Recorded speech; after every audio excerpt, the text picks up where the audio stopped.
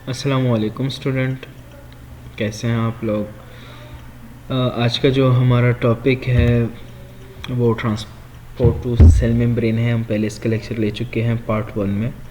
हम passive transport को पढ़ चुके थे। अब हमने आज के लेक्चर में एक्टिव ट्रांसपोर्ट को पढ़ना है और कैरियर ट्रांसपोर्ट के टाइप्स को पढ़ना है। कैरियर जो प्रोटीन है, थोड़ा सा समराइज़ कर देता हूँ। प्रीवियस जो लेक्चर है हमने पढ़ा कि ट्रांसपोर्ट कोई भी मॉलिक्यूल जो सेल के अंदर जाए, मीन इंट्रासेलुलर एनवायरनमेंट में, या सेल के बाहर जो है वो मूवमेंट करे, तो इसमें सेल मेम्ब्रेन का रोल होता है और प्रोटीन्स का रोल होता है। तो एक होता है पैसिव ट्रांसपोर्ट जिसमें एनर्जी की कोई ज़रूरत नहीं होती, और एक होता है एक्टिव ट्रांसपोर्ट जिसमें एनर्जी की ज़रूरत होती है।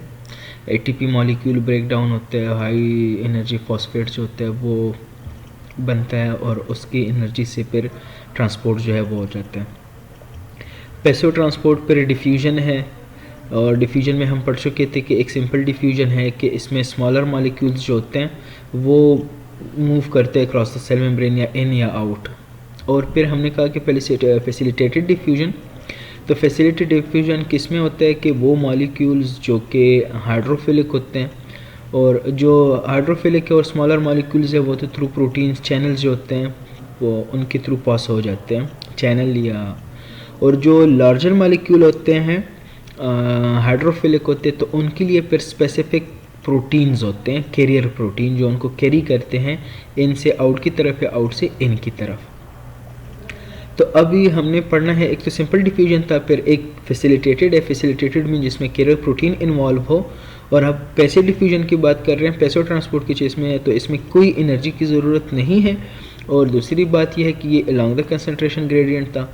अब हमने उस कैरियर ट्रांसपोर्ट जो था, जो चीज़ों को ट्रांसपोर्ट कर रहा था, जो हमने उनके टाइप्स पढ़ने हैं कि उस ट्रांसपोर्टर के कैरियर प्रोटीन के टाइप्स कितने हैं। अब पैसिव ट्रांसपोर्ट हम लोग पढ़ चुके हैं। पैसिव ट्रांसपोर्ट में फिर पैसिव डिफ्यूजन था, simple diffusion. Simple diffusion mean कि सिंपली प्रोटीन चैनल्स के थ्रू जो है वो क्या करे, पास आउट हो। और फिर उसके बाद क्या है कि कैरियर प्रोटीन फैसिलिटेटेड डिफ्यूजन है, तो फैसिलिटेटेड डिफ्यूजन में कैरियर प्रोटीन इन्वॉल्व थे। अब इसी कैरियर प्रोटीन में, सही है, कैरियर प्रोटीन के टाइप्स कितने हैं? 3 types of carrier protein systems, uniport, symport और एंटीपोर्ट। असल में होता क्या है कि एक होता है यूनिपोर्ट और एक होता है को ट्रांसपोर्ट, सही है। तो यूनिपोर्ट वो होता है कि एक पोर्ट होता है और इसमें या इनसाइड मूव होता है या आउटसाइड मूव होता है किसी प्रोटीन का।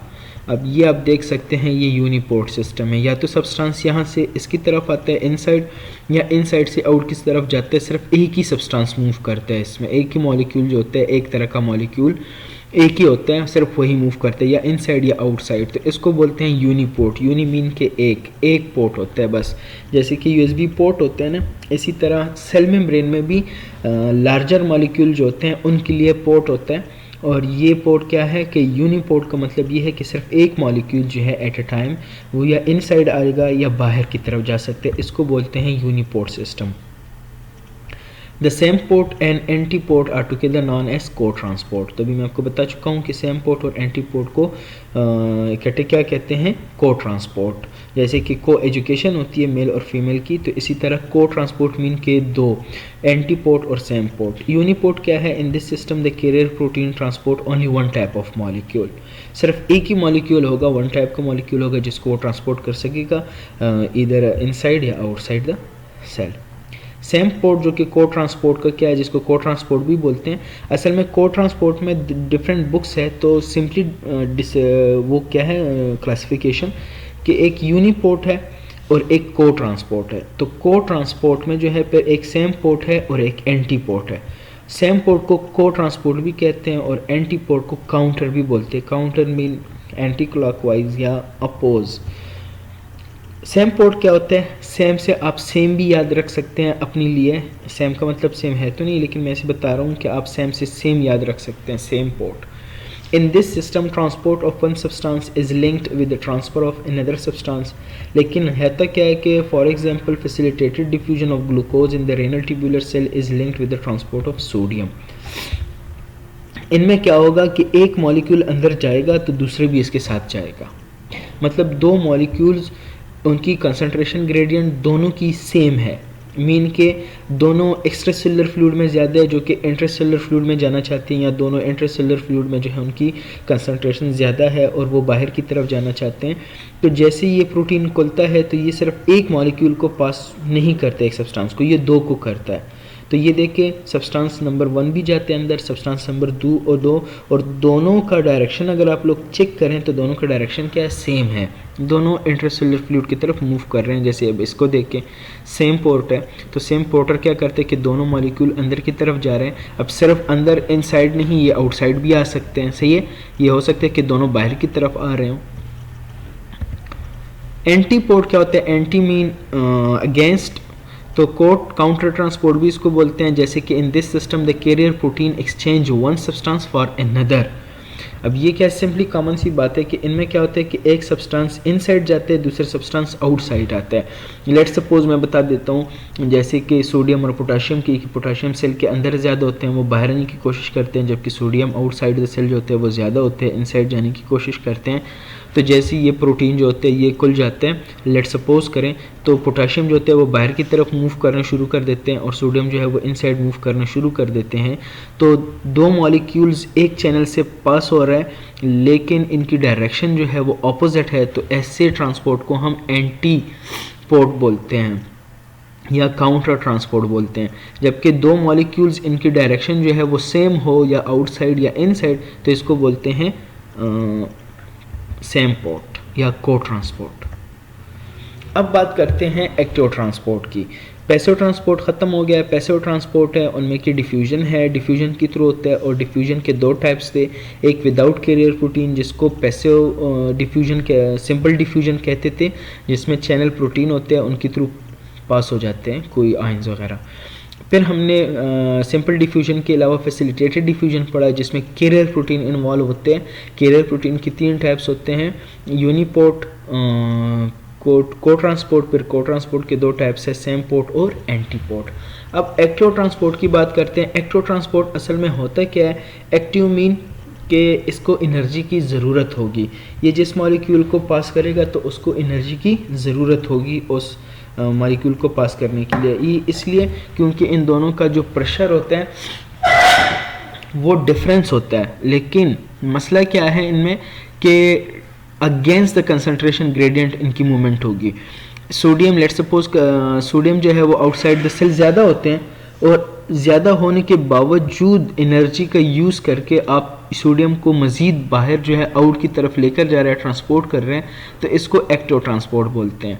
मतलब पहले तो हमने ये पढ़ा पैसिव में कि सोडियम बाहर ज़्यादा है तो बाहर से आउट एक्स्ट्रा सेलुलर ECF से वो ICF में आ रहा है, इनसाइड द सेल आ रहा है। तो ये तो पैसिव ट्रांसपोर्ट है, एक सिंपली इलेक्ट्रिक कंसंट्रेशन ग्रेडियंट है, उनमें डिफरेंस है, तो वो अलॉन्ग द कंसंट्रेशन ग्रेडियंट जो है वो मूव कर रहा है, लेकिन यहाँ जो है वो अगेंस्ट द कंसंट्रेशन होगा। Active transport is the movement of substance against the chemical और इलेक्ट्रिकल और इलेक्ट्रोकेमिकल ग्रेडियंट। अब केमिकल ग्रेडियंट भी हो सकता है, मतलब एक साइड पर एक केमिकल ज़्यादा है, दूसरी तरफ एक केमिकल क्या है, कम है। या इलेक्ट्रिकल भी हो सकता है कि एक तरफ पर पॉजिटिव चार्जेस ज़्यादा है, दूसरी तरफ पॉजिटिव चार्जेस कम है, तो पॉजिटिव चार्जेस आउटसाइड से इनसाइड की तरफ मूव करेंगे। जैसे सेल के अंदर जो एरिया होता है वो नेगेटिवली चार्ज होता है, सेल के बाहर जो एरिया होता है वो पॉजिटिवली चार्ज होता है। तो अब पॉजिटिव चार्ज कोशिश करेंगे कि सेल के अंदर क्या करे, मूव करे। It is like swimming against the water tied in a river, जैसे कि पानी की मौजों के ख़िलाफ़, पानी के जो डायरेक्शन होता है दरिया में उनके ख़िलाफ़ आप क्या करें, स्विम करें। It is also called uphill transport. अगर आप लोगों को याद हो तो वो क्या था, वो स्विमिंग था लेकिन अगेंस्ट द वाटर टाइड नहीं था, अलॉन्ग द वाटर वो था टाइड।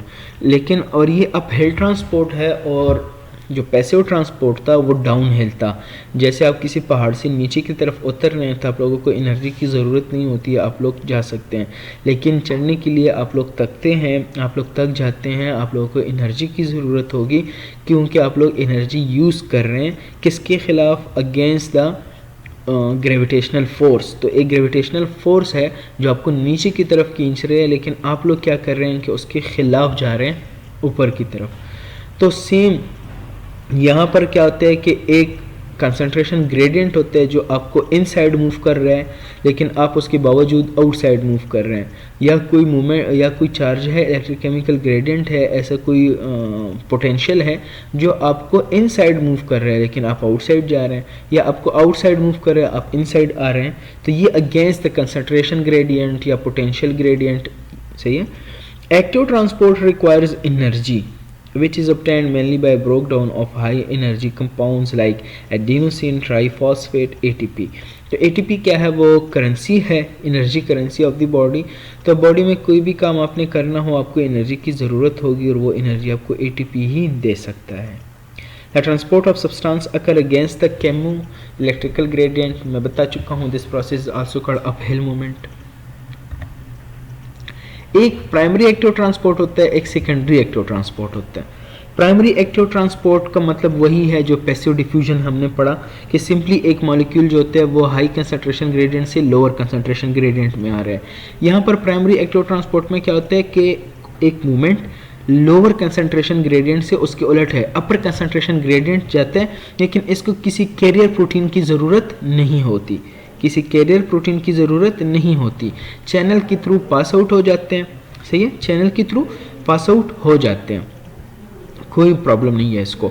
लेकिन चूंकि अगेंस्ट द कंसंट्रेशन ग्रेडियंट है तो एनर्जी का यूज़ ये करेंगे, और जब ये किसी चीज़ को अगेंस्ट द कंसंट्रेशन ग्रेडियंट आप क्या करेंगे, मूव कराएंगे, तो वहाँ पर कंसंट्रेशन ग्रेडियंट और भी इंक्रीज़ होगा। जैसे कि आप क्या करें, गुलेल को देखें, अगर आप उसको या किसी रबर को देखें, आप उसको खींचते हैं, तो जितना आप उसको खींचते हैं तो उसमें क्या होता है, या कोई स्प्रिंग देके जिसको आप पुश कर रहे हैं, सही है, जब आप उसको पुश करते हैं तो उसमें एनर्जी स्टोर्ड हो जाती है, उसमें एनर्जी स्टोर्ड हो जाती है, जिसको हम एफएससी में पोटेंशियल एनर्जी बोलते थे। सही है, हिडन पोटेंशियल एनर्जी। तो जैसे हम स्प्रिंग को छोड़ेंगे तो वो क्या करेगा कि वापस एक्सटेंड हो जाएगा, वो जो एनर्जी उसमें स्टोर होती है वो लॉस करेगा, वो अपनी मास वॉल्यूम जो है वो इंक्रीज़ कर देगा।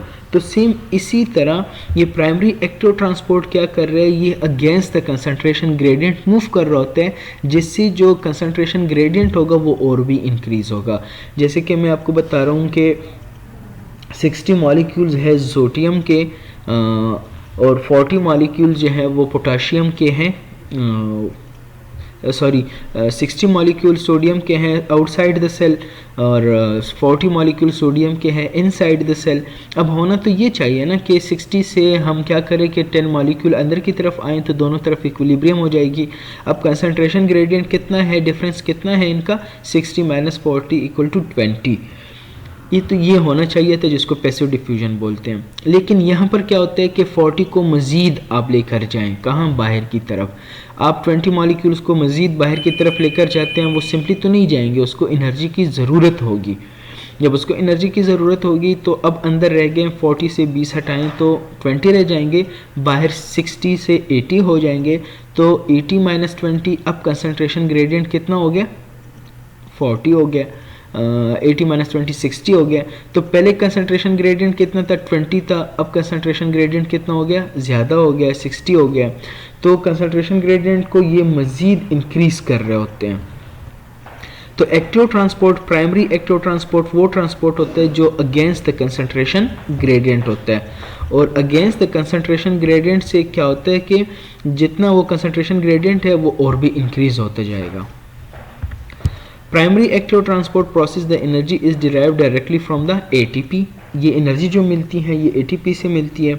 बाय दिस मेथड, इस मेथड से क्या होगा कि substance like sodium, potassium, calcium, hydrogen, chloride are transported across the cell membrane. अब primary active transport, sodium potassium pump, potassium hydrogen pump, calcium pump, ये सारे पंप्स जो है ये किसके थ्रू काम करते हैं, प्राइमरी एक्टिव ट्रांसपोर्ट मैकेनिज्म के थ्रू काम करते हैं, प्राइमरी एक्टिव ट्रांसपोर्ट के थ्रू काम करते हैं। और प्राइमरी एक्टिव ट्रांसपोर्ट आप लोगों को पता चल गया है कि क्या होता है प्राइमरी एक्टिव ट्रांसपोर्ट, कि ये is a type of simple passive diffusion जो था, पैसिव सिंपल डिफ्यूजन, लेकिन उसमें जो था अलॉन्ग द कंसंट्रेशन ग्रेडियंट था, यहाँ अगेंस्ट द कंसंट्रेशन ग्रेडियंट है। और इससे इनसाइड और आउटसाइड जो कंसंट्रेशन ग्रेडियंट होगा, जो डिफरेंस होगा अंदर और बाहर की कंसंट्रेशन में किसी मॉलिक्यूल के, वो और भी इंक्रीज़ होता जाएगा। अब सेकेंडरी एक्टिव ट्रांसपोर्ट देखें। अब सेकेंडरी इलेक्ट्रो ट्रांसपोर्ट कैसे हैं कि मैं आपको बता देता हूँ। लेट सपोज हमने कहा कि 60 मॉलिक्यूल सोडियम के बाहर थे एटम्स, और 40 जो थे वो अंदर थे सोडियम, और वो 40 जो अंदर थे वो हमने बाहर थ्रू एनर्जी यूज़ करके बाहर लेकर आए हैं। तो अब बाहर 80 रह गए, अंदर जो है वो 20 रह गए। क्लियर है। अब होता क्या है कि कोई भी ग्लूकोज मॉलिक्यूल आप ले, कोई भी मॉलिक्यूल्स आप लें, आप अमाइनो एसिड की लें, लेट सपोजिशन है, तो चलो ग्लूकोज ले लेते हैं कि ग्लूकोज मॉलिक्यूल अब सेल के अंदर आ रहा है, ग्लूकोज मॉलिक्यूल सेल के अंदर आ रहा है। तो जैसे सेल कोई कैरियर प्रोटीन ओपन हो जाता है उस ग्लूकोज के लिए, तो सोडियम का अगर आप लोगों को पता हो जो कि एक्टिव ट्रांसपोर्ट ने उसके concentration difference, concentration gradient increase कर दिया था, वो भी तो वहाँ पर उनमें एनर्जी स्टोर हुई होगी ना। उन लोगों ने ये कहा था कि 60 हम बाहर है, 40 हमारे अंदर है बंदे, तो हम 10 बंदे इनको दे देते हैं तो हम 50-50 हो जाएंगे। लेकिन हमने एनर्जी का यूज़ करके, सही है, अथॉरिटी का यूज़ करके, फोर्स का यूज़ करके हमने क्या किया कि 20 मॉलिक्यूल और भी बाहर भेजे। तो वहाँ पर अब 80 मॉलिक्यूल्स हैं, वो सारे कोशिश कर रहे हैं कि हम क्या करें कि हम 40 मॉलिक्यूल्स या 30 मॉलिक्यूल्स अंदर भेजें तो 40-40 हो जाएंगे। अब जो वहाँ पर सोडियम बाहर जमा हो गए हैं तो वहाँ पर एक पोटेंशियल होगा, पॉजिटिव पोटेंशियल जमा हो जाएगा, सही है। तो वो पॉजिटिव पोटेंशियल कोशिश करेगा, कंसंट्रेशन इलेक्ट्रिक पोटेंशियल इसको बोलते हैं, कि बाहर पॉजिटिव चार्ज इंक्रीज हो गए हैं और अंदर पॉजिटिव चार्ज डिक्रीज हो गया है। अब बाहर की जो पॉजिटिव चार्ज है वो क्या करेंगे, वो कुछ भी कर ले वो अंदर की तरफ कोशिश करेंगे। तो होता क्या है कि कोई भी ग्लूकोज मॉलिक्यूल जब कैरियर प्रोटीन के साथ अटैच होकर अंदर की तरफ आता है तो सोडियम भी उसके साथ डायरेक्ट अटैच हो जाता है, तो सोडियम भी उसके साथ डायरेक्ट अटैच हो जाता है। तो होता क्या है कि सोडियम अंदर की तरफ आ जाता है और ग्लूकोज जब अंदर की तरफ आता है तो उसको तो एनर्जी की ज़रूरत होगी, और वो एनर्जी का यूज़ करके ग्लूकोज को अंदर ले आते हैं, जबकि सोडियम को बग़ैर एनर्जी अंदर आ जाते हैं। और इसी तरह अगर कोई मॉलिक्यूल लेट्स सपोज एक अमाइनो एसिड की ज़रूरत है आउटसाइड द सेल, वो क्या करते हैं, सेल उसको बाहर एक्सोसाइटोसिस उसकी कराते हैं, तो कोई किसी प्रोटीन के थ्रू उसको बाहर निकालते हैं। तो क्या हो जाता है कि एक कैरियर प्रोटीन जो होते हैं वो ओपन हो जाते हैं, वो क्या कहते हैं, ओपन हो जाते हैं, और अमाइनो एसिड कहते हैं कि आप बाहर आएँ। जैसे अमाइनो एसिड थ्रू एनर्जी बाहर आता है तो सोडियम क्या करते हैं, अंदर आ जाता है विदाउट यूजेज ऑफ एनर्जी, क्योंकि कंसंट्रेशन ग्रेडियंट होता है। तो ये इसको बोलते हैं सेकेंडरी एक्टिव ट्रांसपोर्ट। ये एक्टिव ट्रांसपोर्ट है। तो सेकेंडरी एक्टिव ट्रांसपोर्ट क्या होता है कि is the transport of substance with sodium ion by means of A common carrier protein. कोई कॉमन कैरियर प्रोटीन होता है जिसमें सोडियम आयन या तो अंदर की तरफ आता है या बाहर की तरफ जाता है, सही है।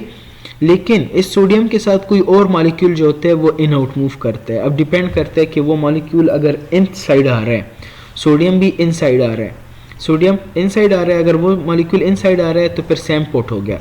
अगर वो मॉलिक्यूल बाहर जा रहा है, सोडियम ने तो अंदर आना होता है, तो ये एंटी पोर्ट हो गया। When sodium is transported by a carrier protein, another substance is also transported by the same protein simultaneously। तो उसी वक्त जब सोडियम को ट्रांसपोर्ट कर रहे होते हैं, किसी और मॉलिक्यूल को ट्रांसपोर्ट कर रहे होते हैं, तो सोडियम भी उसके साथ क्या हो जाता है, ट्रांसपोर्ट हो जाता है, इधर इन सेम डायरेक्शन या फिर ऑपोजिट डायरेक्शन, सेम पोर्ट और anti port. In secondary active transport process the energy is derived secondarily from the energy which has been stored in the form of ionic concentration differences between two sides of a membrane। अब ये कह रहा है कि active transport जो energy use कर रहा है, ये एनर्जी आई कहाँ से, ये एनर्जी उस एनर्जी से आई जब हमने एटीपी का यूज़ करके और ज़बरदस्ती molecule against the concentration gradient बाहर की तरफ भेजे थे, तो उनमें वो एनर्जी स्टोर हो गई थी। तो जैसे किसी मॉलिक्यूल को हम लोग ट्रांसपोर्ट करते हैं तो जो एनर्जी वहाँ पर स्टोर हो जाती होती है वो वापस यूज़ होके अंदर की तरफ आ जाती है। तो अगर आपसे कोई ये पूछे कि सेकेंडरी एक्टिव ट्रांसपोर्ट को जो एनर्जी की ज़रूरत होती है, अब प्राइमरी एक्टिव ट्रांसपोर्ट में तो आप डायरेक्टली एटीपी का यूज़ करते हैं, सेकेंडरी एक्टिव ट्रांसपोर्ट में जो आप एनर्जी का यूज़ करते हैं वो कहाँ से आता है, वो असल में प्राइमरी एक्टिव ट्रांसपोर्ट जो एनर्जी वहाँ पर यूज़ की हुई है, वो एनर्जी जो प्राइमरी एक्टिव ट्रांसपोर्ट ने यूज़ की हुई होती है वो स्टोर्ड होती है उन मॉलिक्यूल्स में in the form of against the concentration gradient. जो आयनिक कंसंट्रेशन डिफरेंसेस होते हैं उनकी फॉर्म में स्टोर हुई होती है। Created in the first place by primary electro transport. तो सिंपली बात है, प्राइमरी इलेक्ट्रो ट्रांसपोर्ट में हम डायरेक्टली एटीपी यूज़ करते हैं, जबकि सेकेंडरी इलेक्ट्रो ट्रांसपोर्ट में हम वही एनर्जी यूज़ करते हैं जो कि प्राइमरी इलेक्ट्रो ट्रांसपोर्ट ने in the form of ionic concentration differences में स्टोर की हुई होती है। ये भी आप लोग देखें, ये पैसिव ट्रांसपोर्ट है, ठीक है। पोटाशियम जो है वो अंदर की तरफ मूव कर रहा है, तो ये एक्टिव ट्रांसपोर्ट है, बाहर की तरफ मूव कर रहा है। अब पोटाशियम जो है वो अंदर की तरफ ज़्यादा है, सही है, सेल के अंदर, ये सेल का अंदर है, तो इनसाइड द सेल जो होता है वो पोटाशियम ज़्यादा होते हैं, वो बाहर की तरफ मूव कर रहे हैं। अब ये पैसिव ट्रांसपोर्ट है। सोडियम बाहर ज़्यादा होते हैं, वो इनसाइड मूव कर रहा है, तो ये भी पैसिव ट्रांसपोर्ट है। अब ये एक्टिव ट्रांसपोर्ट है। देखिए पोटाशियम ऑलरेडी अंदर ज़्यादा है, इनसाइड द सेल जो होता है वो पोटाशियम ज़्यादा होते हैं, तो अब पोटाशियम को अंदर बेचते हैं मज़ीद अगेंस्ट द कंसंट्रेशन ग्रेडियंट। लेकिन किसकी चीज़ का यूज़ करते हैं? एटीपी का। लेकिन किसका यूज़ करते हैं? एटीपी का यूज़ करते हैं। और सोडियम जो ऑलरेडी आउटसाइड द सेल क्या होते हैं? ज़्यादा होते हैं, आप उसको मज़ीद बाहर की तरफ क्या कर रहे हैं? मूव आउट कर रहे हैं। लेकिन आप यहाँ पर एटीपी का यूज़ कर रहे हैं, इसको सोडियम पोटाशियम एटीपेज पंप बोलते हैं। ये देखिए को ट्रांसपोर्ट है, सोडियम भी अंदर की तरफ आ रहा है और क्लोराइड भी अंदर की तरफ आ रहा है। जब आप प्राइमरी एक्टिव ट्रांसपोर्ट क्या करता है कि एनर्जी का अथॉरिटी का यूज़ कर देता है, फोर्स का यूज़ कर देता है और अगेंस्ट द कंसंट्रेशन कोई चीज़ लेकर जाते हैं, किसी सब्सटेंस की मूवमेंट कराते हैं। तो जब पोटाशियम अंदर आते हैं तो यहाँ पर पॉजिटिव चार्ज इंक्रीज होते हैं, यहाँ पर पॉजिटिव चार्ज इंक्रीज होते हैं। जब पॉजिटिव चार्ज इंक्रीज होते हैं तो वहाँ पर एक कंसंट्रेशन, और बाहर जो है वो पॉजिटिव चार्ज 3 सोडियम बाहर जा रहे हैं, तो बाहर पॉजिटिव चार्ज बहुत ज़्यादा इंक्रीज होगा। तो उससे क्या होगा कि आप 2 मॉलिक्यूल्स दे रहे हैं सेल को और 3 मॉलिक्यूल्स आप बाहर लेकर जा रहे हैं, तो सेल में अंदर क्या हो जाएगी कि नेगेटिव वोल्टेज आ जाती है, एक पोटेंशियल होगा जो कि नेगेटिव में होगा, वो आ जाता है। जब वो आ जाते हैं तो अब सोडियम ने क्या करना है? बाहर पॉजिटिव चार्जेस ज़्यादा है, अंदर पॉजिटिव चार्जेस कम है, तो बाहर से पॉजिटिव कोशिश कर रहा है कि मैं अंदर की तरफ आऊँ। तो यहाँ पर सोडियम वेट कर रहा है कि आप तो मुझे यहाँ से निकाल रहे हो, कोई बात नहीं, मैं इस दरवाजे से जाता हूँ। तो यहाँ पर सोडियम वेट कर रहे होते हैं कि जैसे ये बंदा यहाँ से अंदर जाएगा तो मैं भी चला जाऊँगा इसके साथ। तो इसको बोलते हैं को ट्रांसपोर्ट, इसको बोलते हैं को ट्रांसपोर्ट।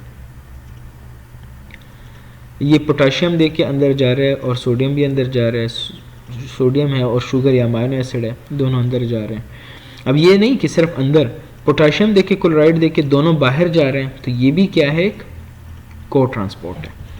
ये काउंटर ट्रांसपोर्ट जिसको एंटी ट्रांसपोर्ट बोलते हैं, देखो 3 सोडियम अंदर जा रहे हैं, कैल्शियम का मॉलिक्यूल जो है वो बाहर जा रहे हैं, तो दोनों क्या है? ऑपोजिट है।